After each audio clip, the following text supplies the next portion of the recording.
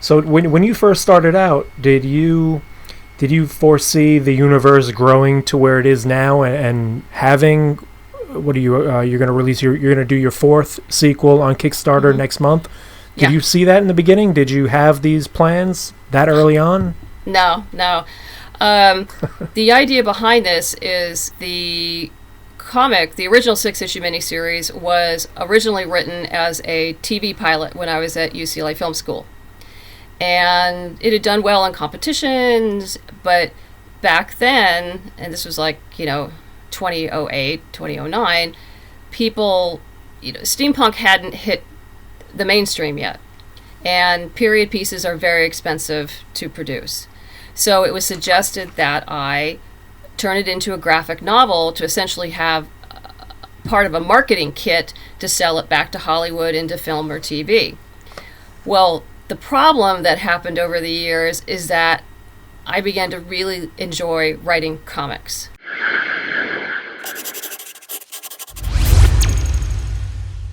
Boston Metaphysical Society started out as a standard period detective piece set in the late, I think it was called 1900 Detective Agency, and so it was going to be set in the 1900s in Boston.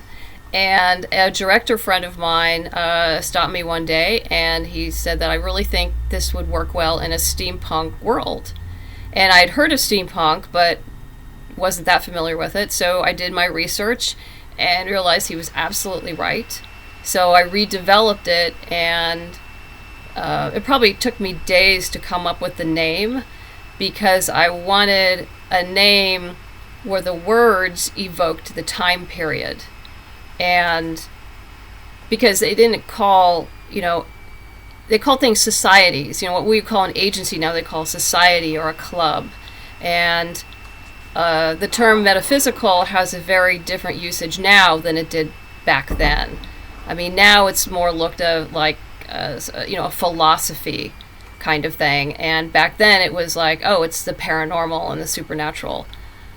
So, yeah, I must have... Yeah, that's when I was doing the longhand thing, a big, legal pad. I'm just writing down names and, okay, what do they call it here? And I had vocabulary from 1890 and just writing down all these words until it was like, I came up as like Boston Metaphysical Society.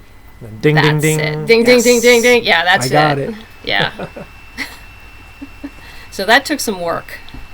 I turned the TV pilot, what was 1900 Detective Agency, into Boston Metaphysical Society.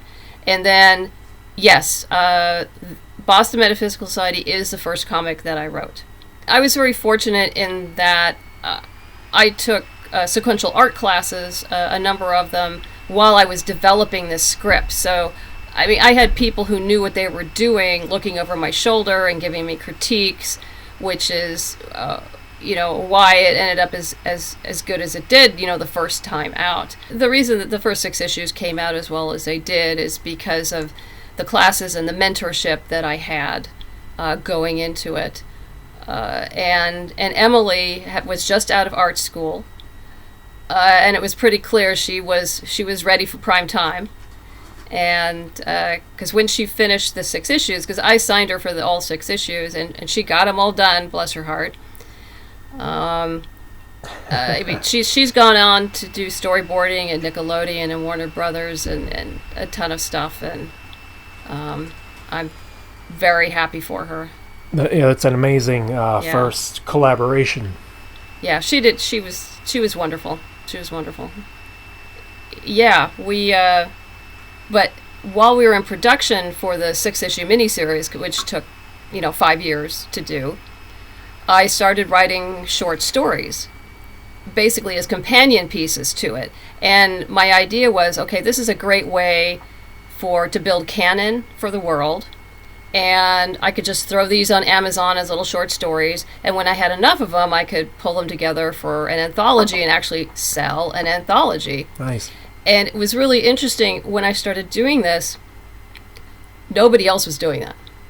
I was actually interviewed on shows of like, you're writing short stories for your comics. No one else is doing that. And now you see it, it's much more common now. And these are all prose stories.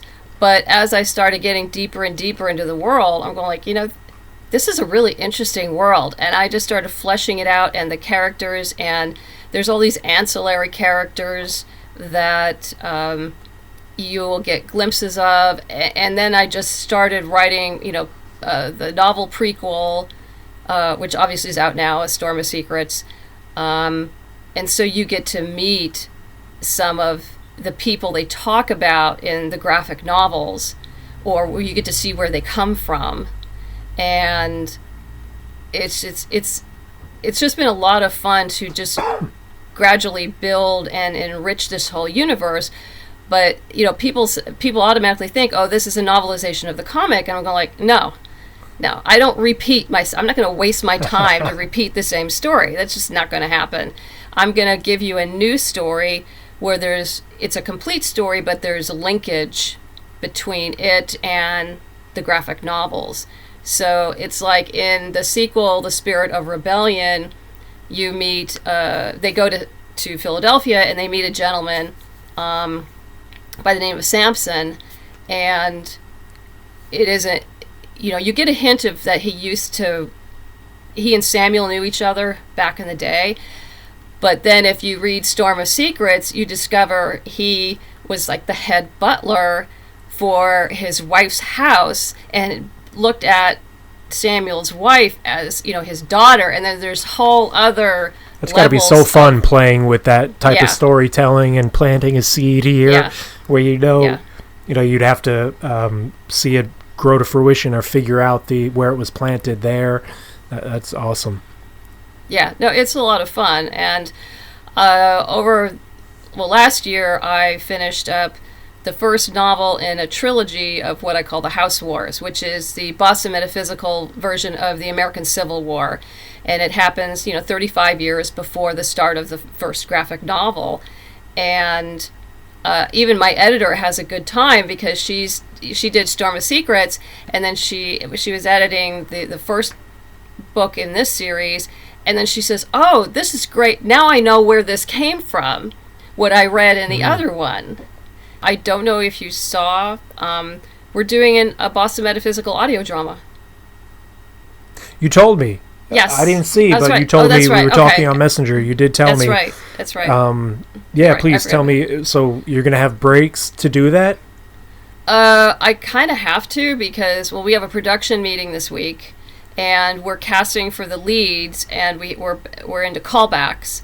So probably sometime in the middle of the Kickstarter, middle of April, we'll be listening to our callbacks and then deciding on our final cast while sending out additional casting notices for supporting characters.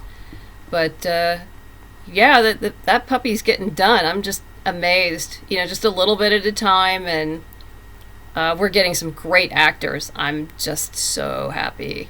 Are you working with a production company, or do you have partners? I have brought on Eddie Louise and Chip Michael, who are the husband and wife team behind the audio drama Sage and Savant.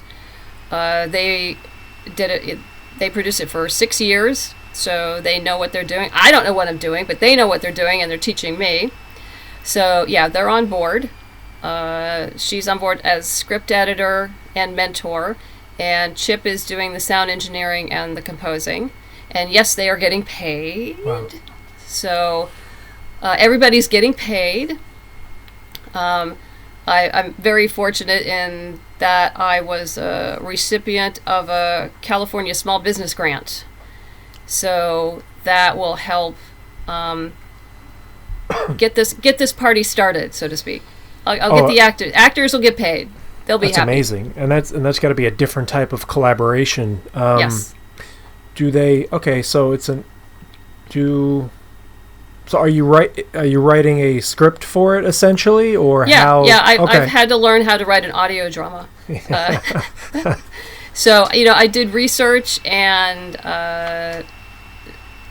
then that's Eddie Louise is my script editor, so she's fine-tuning it and educating me on, how to communicate to the actors, and then they're both she and Chip are talking about, okay, sound and music.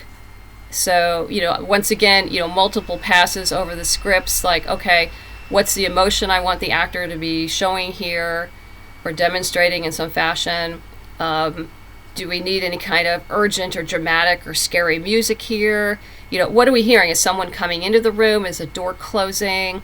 Is, Granville playing with his electronics and blowing something up? I mean, what's going on?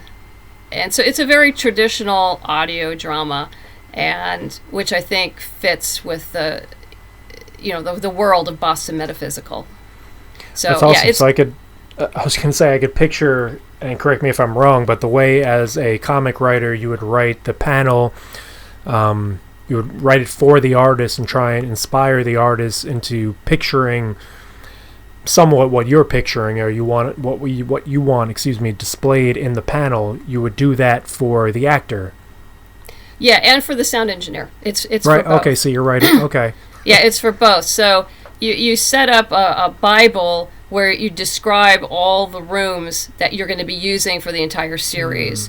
And then when you first introduce the room, which is much like in regular screenwriting and script writing, you'll have, scene 2, interior, BMS office, and then you describe the office.